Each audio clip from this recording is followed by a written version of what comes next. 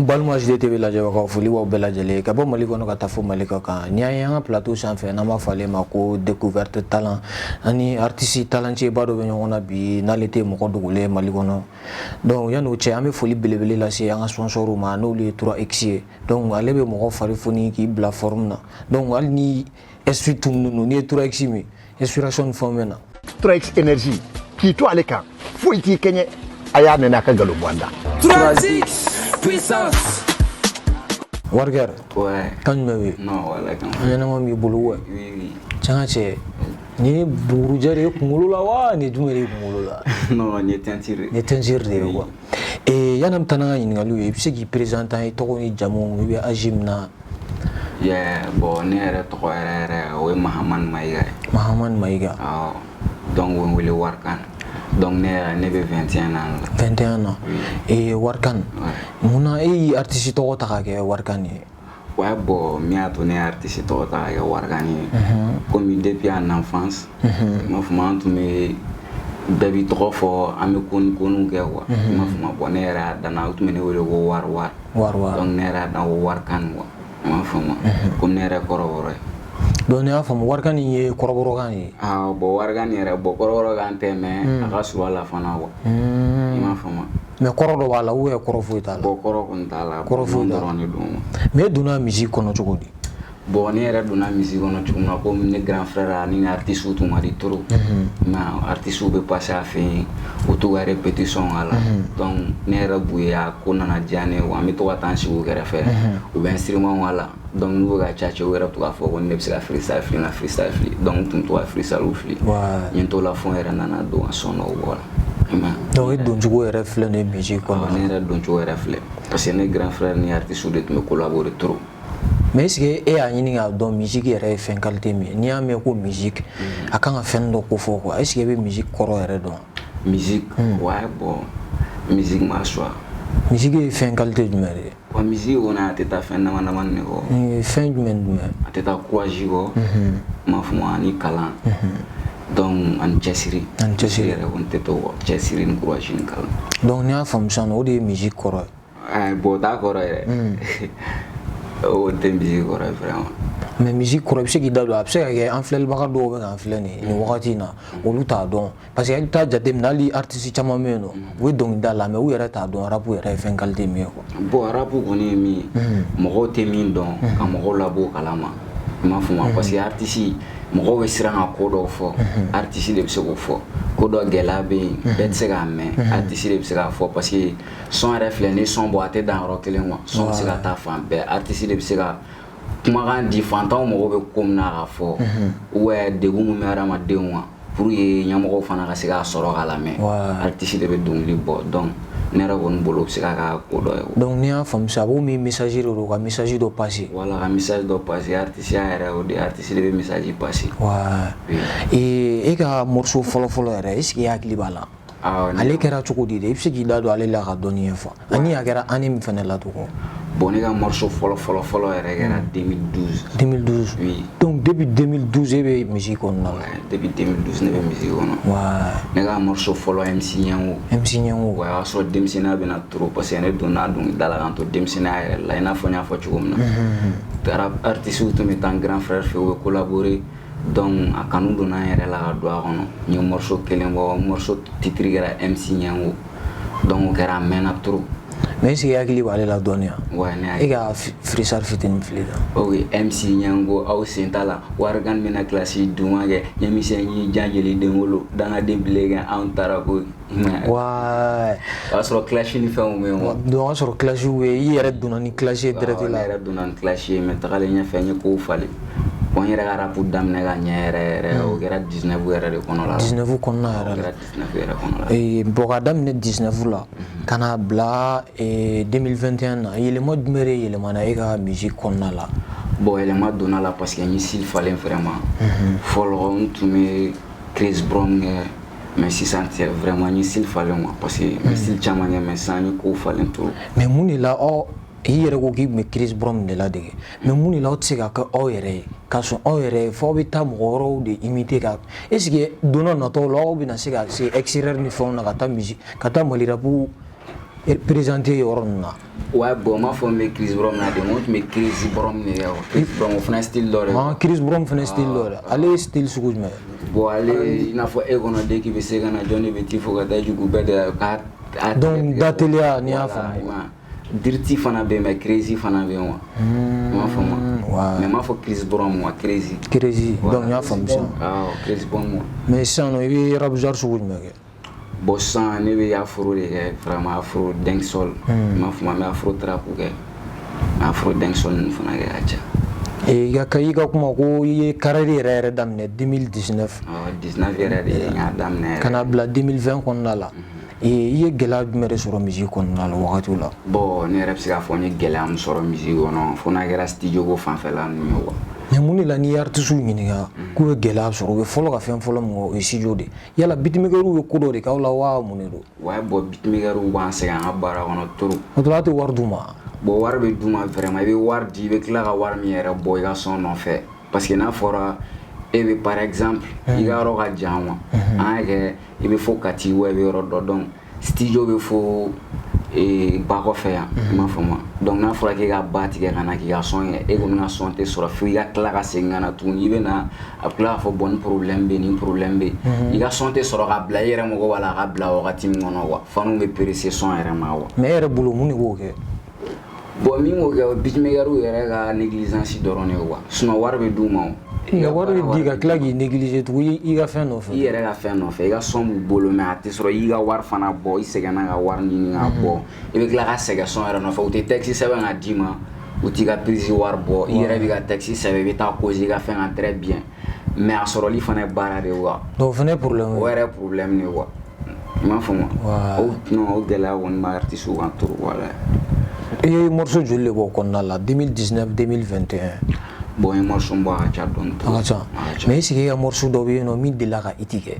Awɔ ne ka morceau dɔ bɛ min delila ka hit. I ka morceau jumɛn yɛrɛ hit kɛ. Bon a dɔ bɛ baaraw ye hit kɛ nka Gangsta Live fana ye hit kɛ. I bɛ se k'i da don i ka Gangsta Live in na ale SP na ne la cogo di. Bon Gangsta Live SP bon o mana dɔ wɛrɛ la comme ne bɛ ni bɛ n ka texte sɛbɛn n bɛ instrument télécharger répétition bitiw donc répétition a la n bɛ n ka son fana y'a jateminɛ mɔgɔ si tɛ ka n seli kɛ Mali la donc je peux faire ça quoi donc n nana n y'a essayer k'a kɛ vraiment a ɲɛna n bolo trop. Ale style jumɛn i ko ko mɔgɔ tɛ ka a ɲɔgɔnna kɛ Mali la style sugu jumɛn de don. Bon n y'a fɔ i n'a fɔ n y'a f'i ye cogo min na afro de don quoi. Ale afro de ye quoi i m'a faamu. Gangsta Live. I bɛ se k'ale acapella fitinin kɛ. Awɔ n bɛ se ka Gangsta Live gomina ka dɔ k'a la Manu ka live gomina k'i fa la Zegler Live an bɛɛ de ye dɔ ko la wari ka succès what aw sigi ko n'a tɔ la. Waaw o ma dɔn son in jara trop. Son in kɔni a ye mɔgɔw dun. N'est-ce pas e ka SP bɛ na cogo di. Bon ne yɛrɛ ka SP il faut n ka instrument lamɛn dɔrɔn ni ne ye instrument lamɛn ne bɛ n ta fan dɔ to. Donc une fois que ne ye SP lamɛn dɔrɔn SP bɛ na. Awɔ tant que ne ye instrument lamɛn o ni ne yɛrɛ b'a dɔn kan ka taa position min na quoi parce que ne yɛrɛ delilen don dɔrɔn la ka biti k'a la dɔrɔn. Ka yɛlɛ biti kan. Ka yɛlɛ a kan min yɛrɛ b'a dɔn kan ka min kɛ quoi. Donc i b'o de kan ka min kɛ dɔrɔn i b'o kɛ ka tɛmɛ. Mais est-ce que ni artiste dɔ delila ka featuring dɔ kɛ. Ouais ni artiste delila ka featuring kɛ. I n'a fɔ Keji bon ni Lil Iwa yɛrɛ dɔ kɛ mais o ma bila fɔlɔ quoi. Ni Lil Iwa ye dɔ kɛ. I ni Lil Iwa ka collaboration nana cogo di. Bon ni Lil Iwa ka collaboration nana cogo min na a nana don la an ka voyage dɔ kɛ ka taa Burukina donc a ye ɲɔgɔn ye o ko ninnu kɔnɔ vraiment an ka paw ye ɲɔgɔn ci an ka baarakɛcogo diyara ɲɔgɔn ye donc an yɛrɛ y'a jateminɛ an bɛ se ka ko ninnu kɛ quoi mais bon an nana y'a jateminɛ an y'a kɛ fana mais a son ma bila fɔlɔ bientôt a son bɛna bila. Mais i bɛ se k'i da don son in na ka dɔɔni fɔ a kan komi a ma bila fɔlɔ la faniw m'a nege minɛ avant a ka bila. Ouais bon dɔɔni bɛ se ka k'a la. A bɛ feerekɛla de gaɲa kelen diyan ne ka ɲɛnamini de a bɛ dugu la de an bɛ terekɛla tuma bɛɛ a bɛ ɲɛfɛla de a bɛ feerekɛla de gaɲa kelen diyan ne ka ɲɛnamini de n bɛ dugu la de an bɛ terekɛla tuma bɛɛ a bɛ ɲɛfɛla de nin bɛ dugu la dɛ parce que tuma bɛɛ an b'a kere ye. Mɔnɛ b'u faga dɛ misigi tɛ an tɛ na arrêter o ji bɛ wari di o bɛ e ni min bɛ déranger. An n'an ka qualité an bɛ ka maliyɛnw na danser. I ko k'a bɛ feerekɛla de gaɲa kelen diyan nɔ ne ka ɲɛnamini gaɲa ye fɛn qualité jumɛn de ye. Ah bon ganja est fin na soumi bon j'espère que mo chama ma don bon c'est do ba fle uluta do ganja fin qualité mi donc c'est ne nana wala don ngala o bena do ganja fin qualité mi ganja fin sugu me bon ganja won me mo wanya na minine vraiment mais fin sugu me ronal mo e baron al c'est yal ne sikle fle ne sisa a curiosité bene la quoi mais ne be fe ga do ganja fin mi wala ne be fe ga defene ba mi puisque ne fene be se ga nyana mini sugu na we bon ganja ale yiri de wo yiri yiri be mo yana mini yiri ni me turu we yiri sugu me ni ko yiri ale jina yiri de wo jina yiri jina yiri be mo yana mini oui aw mo yana mini turu mais ata malla ate malla ale fan me bon avec Ghana avec yoro chama on ima Ghana era de bo avec turu assume fin ima comme bon donc ne a fonction ne na fom e ga mi fin jina yiri de wa bon ne wa fo bon musique era fait mi doron ni ngari mo ko ne ma fo musique ne wo ere wo e ga mi fin ni jina yiri ne ga no ne ga mi fin de jina yiri vraiment parce que ne wa fo akadi mo ko yo quoi un artiste wa jetem na yere ga ko keta doron te wa e kuma mo ko yere ku yere a hono wa donc parce que ne era gangster ne wa o gangster live wa beta donc e kuma gangster we ko mu ngawa ma ali ne ta ga mene be mo ko dol wa ke abe munu wala ba foni na jo wa wa foni abe ni donc e do mi da kan wa donc na fam RT son mais e be mo re bla puis wolu ga anete mo ko bla munu ba ke mais ba nege dula ne a fo wala ma ina fo munu ba mi donc ne wa fo pour que wol fana son ça dit son ne be se ga kuma munu ba mi munu ta mi nga abbe ba hono wa mais son il sera bo karsa doron kama il sera biera doron kama il va bo jamari kama donc il be beri jugo fa hono wa era sigile il era son hono wa ima fo e wa fo se ne era ta ye mais e sigile no donc e wa ge oron me jai oron doron kama parce que e ga fen no fora wa e ga suma no fora wa oron doron plaisir no wala o kadi plaisir no oron doron kama e be sona ma se ge do be sona me ganja doron kama wa ganja ngelin jane ga nyana mi se ga son era bela oron doron be jawti fana be sona me wa ga fana wa ga na wera donc atoko minera wa ga mene wa bo doron ni son era bo ko doron maside wo a jamo ouais me ga so mais ni keji ga collaboration na chogodi ah bon ni keji ga collaboration na chum o sur la design parce que aller mener projet trop design donc ni gangsa live wo ngale fe bo keji era son na ma o vraiment son ya le titro il m'a fuma be faire un remix ga nyon fait do ay gangsa live wo ni remix ga remix ga ne de pia bo après ni na le remix ga wo remix ga nyon fait wo mais yalla est-ce que mix do bi bolo wo de la mix do bo wo na sur album do la ben mi bula wa bon ni wo la album na ben a bon de la mix pour fana bo i de la mix bo iko ko ibi album la bena e yalla ay gele no ka do fo album yi nga bla wakati na wo e ma do fo folo bo do ma fo folo album yere titri ma glan folo fo e men ba baraw la wa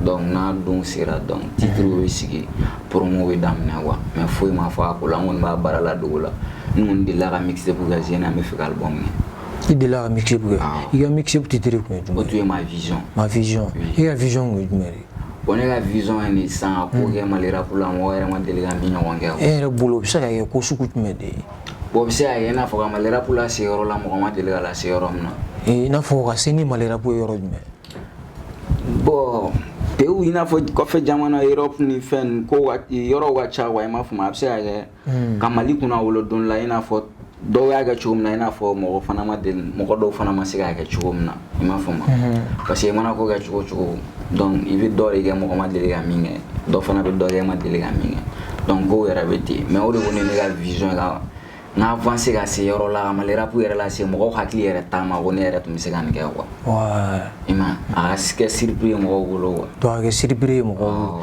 il a mixé pour morceau era ta fo jolli no la bon il a mixé pour morceau tan flower yalla yi fitrin no kale ko no bon mixé pour la wi ni fitrin ni big boss Katia big boss voilà ni fitrin ngara est-ce que fitrin bonyo do yan fato yo nga jodo donc mixé fu era moment bes que fitrin flare maso donc fitrin flare kuma to bene rekele mais jon rebe pour parce que ya kuma konna la igo ko ini keje nyon soro design de fi ko iga son ko me boyno mais yala al sebe barage design bulu we ibe studio wara de la wa bol bi me barage design bulu avec comme studio kelemene bulu nga dien bara bebe ga otene bulu de ne ga bara ni son ma do parce que son bebe bo son bena boro de do mo na son no gara bena flow fe son no gara design fe do gara lil ben fe do gara dar negisi fe ima ouais donc etc quoi alsan absa do ra be ga mo gara fe mais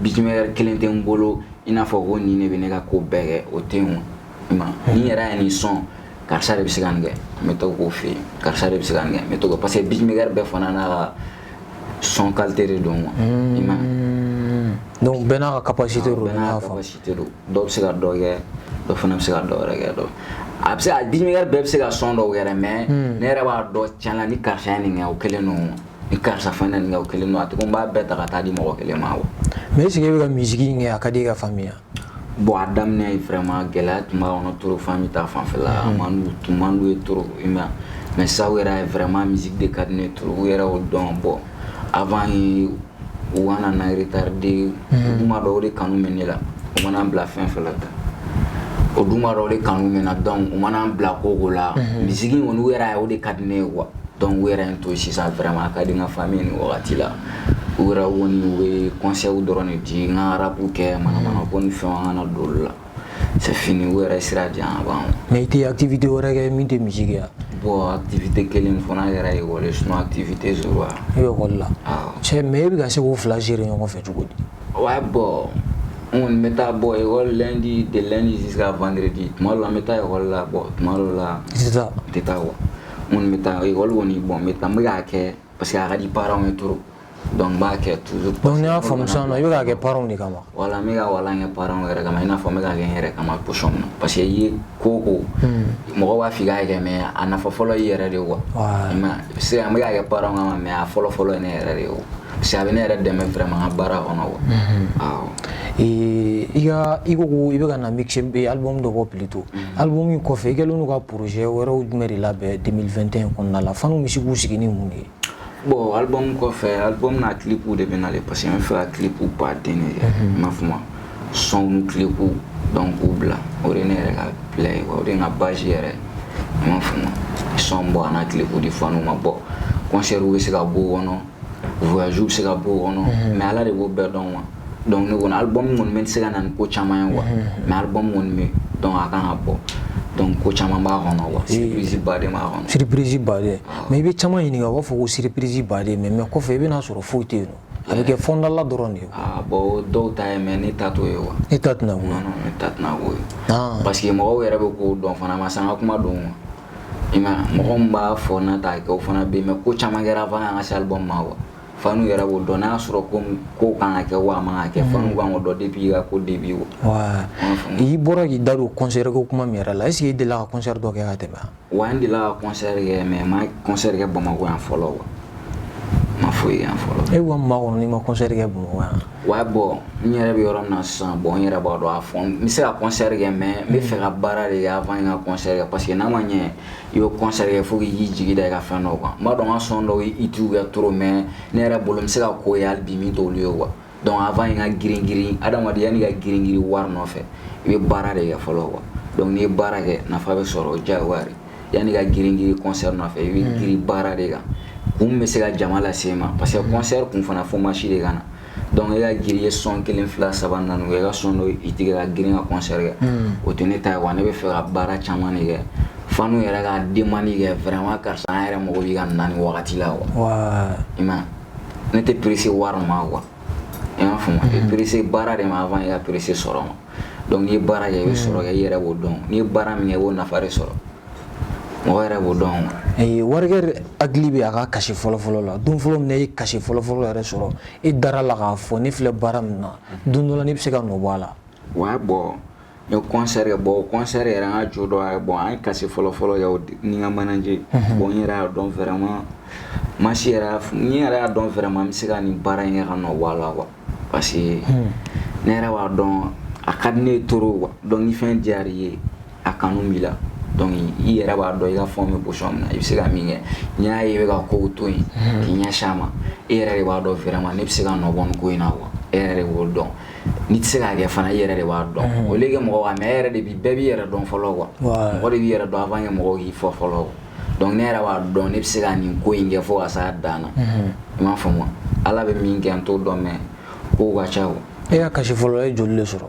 Bon an ka kasi ninnu daminɛra ni 150 de i m'a faamu 130 ninnu na. Donc e ka kasi daminɛra ni 130 ninnu mais sisan nɔ i ka kasi bɛ taa joli la? Bon sisan n'i ko k'i ka kasi ninnu bɛ taa bon 300 250. Mais depuis an nana e yɛrɛ kɛlen don k'i kunkolo lajigin ou bien e ka maloya de wa mun de don? Non wala n tɛ ka maloya. Ou bien e bɛ ka siran ne yɛrɛ? Non ne tɛ siran. Mais depuis an nana i kunkolo bugulen don ou bien e bɛ ka siran Abu Wesi ɲɛ de wa? Siran sɔrɔ wala kɛrɛn tɛ o. Est-ce que i bololafɛn ninnu ne ye sanu de ye wa ou bien jamaw de don a bɛ ka biri ye dɛ? Wa n bɛ biri wala trop n bɛ biri anw ni n bɛ biri trop jama tɛ mais a bɛ biri trop. A bɛ biri chaîne minnu b'i kan na a bɔlen don sanu de fɛ ou bien? Ouais bon n tɛ sanu ye mais o kelen de fana don. O kelen de fana don. Garantiw don. Garantiw don. Mais sanu fana donna don min na se. O fana don min na se quoi. E ni Mali artiste tɔw ka collaboration lien bɛ cogo di? Bon ne kɔni kɛlɛ tɛ ne ni mɔgɔ si cɛ Mali rap la o mɔgɔ tɛ yen bon ne yɛrɛ nakun t'o ye fana i m'a faamu ne bɛna n ka baaraw kɛ bon ni min y'a yira wagati min na karisa an kan ka nin kɛ n'an kan k'a kɛ a bɛ kɛ i m'a faamu n'an man ka kɛ fana o tɛ baasi ye quoi ko n'a kɛcogo don. Donc ko n'a kɛcogo don. Sinon mankan zoro wala. Mankan tɛ ni mɔgɔ foyi cɛ. Mankan t'an ka ko ye. Et dans 5 ans Warikɛri yɛrɛ ɲɛ b'a yɛrɛ la cogo di Mali musique kɔnɔna la? Bon dans 5 ans ne yɛrɛ ɲɛ b'a la maliyɛn denw o bɛ ne yɔrɔ wɛrɛ parce que ne yeli yɛrɛ ma nɔgɔ Mali la o kɔnɔ dans 5 ans. Ouais. E bɛ k'i yɛrɛ ye cogo di Mali musique yɛrɛ kɔnɔna la? Bon Mali musique yɛrɛ kɔnɔ k'an yɛrɛ i n'a fɔ position jumɛn na? I bɛ level min na quoi ou bien yala dɔw farala ko kan ko bɛ tantɔ. Ouais bon dɔw ko tiɲɛ yɛrɛ la ko. Fo i ka vision quoi i ka vision bɛ cogo di dans 5 ans? Nin wagati wa dans 5 ans san 5 ɲina kɔfɛ. San 5 ɲina ne yɛrɛ ɲɛ b'a la o y'a sɔrɔ Américains bɛ girin na ne nɔfɛ Parisiens bɛ girin na Nigériens tɛ mais o y'a sɔrɔ bɛɛ bɛ girin na parce que baara tɛna jɔ wa ne yɛrɛ ɲɛ b'a la cogo min na baara tɛna jɔ tant que studio bɛ yen tant que appareil bɛ yen tant que réseaux sociaux bɛ yen tant que rap yɛrɛ bɛ diɲɛ kɔnɔ bon ne yɛrɛ ɲɛ tɛ n jɔ cogo la quoi ni Ala yɛrɛ tɛ quoi i m'a faamu parce que mɔgɔ i bɛ kuma cogo cogo i kana ɲinɛ a la mais Ala de bɛ ko bɛɛ dɔn. Mais yala est-ce que i signé no label dɔ la ou team dɔ de b'i kɔfɛ min bɛ ka baaraw kɛ yan? Non bon n signélen tɛ label la manager de bɛ n bolo mais manager Djibandi Keita vraiment a bɛ n dɛmɛ n ka ko la trop. Donc ale de bɛ k'i ka ko camanw kɛ quoi. Ale de bɛ n ka ko caman kɛ. Mais i delila ka taa presser grand chaîne ba dɔw kan? Ouais bon n delila ka presser grand chaîne ba dɔw kan i n'a fɔ Bama Art ani Palais concert la quoi concert caman an pressera bon i n'a fɔ Bama Art bon ani Voyage dɔw mais e bɛ se ka conseil jumɛn de di Mali rappeurs ma a bɛ don min na ko bi? Ouais bon ne bɛ se ka conseil min di Mali rappeurs ma dɔrɔn o tɛ dɔwɛrɛ o ye baara de dɔrɔn bɛɛ ka baara kɛ quoi parce que baara de bɛ la wa c'est le travail qui paie voilà. Mais dɔw ko nka cɛ k'e t'a appel ta k'i ka bɔ i yɛrɛ ma k'ale n'aw ye ɲɔgɔn sɔrɔ concert kɛyɔrɔ ni fɛnw na n'u nan'i fo i bɛ vun la u tɛ sɔn i tɛ sɔn photo ta ni fɛnw ma?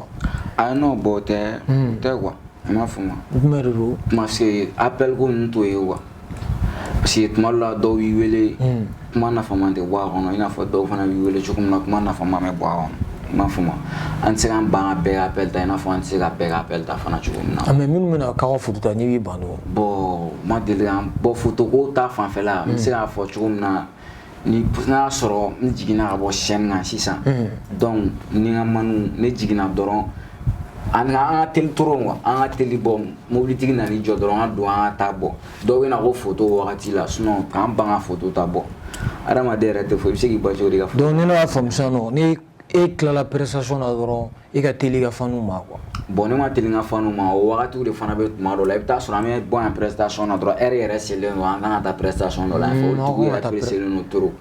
Donc fanu fana b'a fɔ i bɛ retard la trop o fana ma ɲi mɔgɔ la tuma bɛɛ quoi.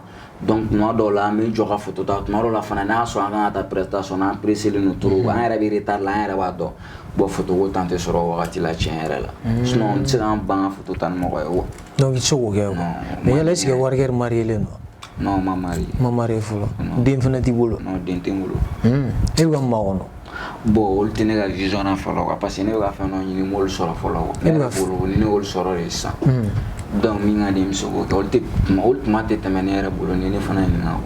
N'a faamu sa e bɛ ka fɛn jumɛn wɛrɛ ɲini pour le moment? Wa bon ne i m'a fɔ ma vision mixtape fɔlɔ ma vision tɛ dɔ wɛrɛ o ne yɛrɛ ka vision ye min ye f'o de ka kɛ i n'a fɔ n y'a f'i ye cogo min na. Donc n'i y'a faamu sa n'i ye waribaw sɔrɔ ka so jɔ i sɔrɔ ka muso furu. Parce que muso furu tuma tɛ tɛmɛ n'i nana muso furu ka sɔrɔ i ka rêve a ma kɛ fɔlɔ donc a ma nɔgɔn wa muso ko ka ca trop. Non a ko ka ca trop. Muso ko ka ca trop wala. A ko ka ca. A ko ka ca. E y'o dɔn cogo di? Muso t'e bolo mais e y'a dɔn cogo di ko? Wa bon muso tɛ ne bolo mais ne terikɛ caman marielen don.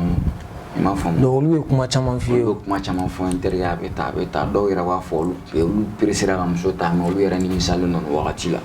Bon donc yanni a ka se yanni n tun k'a dɔn n'i tun b'a kɛ dun est-ce que yanni n tun k'a dɔn wala tuguni. Donc ne yɛrɛ bolo olu tɛ pressé ko ye quoi ne ye denmisɛnnin de fɔlɔ ne yɛrɛ bolo donc n ma se olu ma fɔlɔ quoi i n'a fɔ n tɛmɛna la fana. An sera an ka émission kuncɛma yɔrɔ ma folikan laban jumɛn b'e bolo k'a di i kanubagaw ma?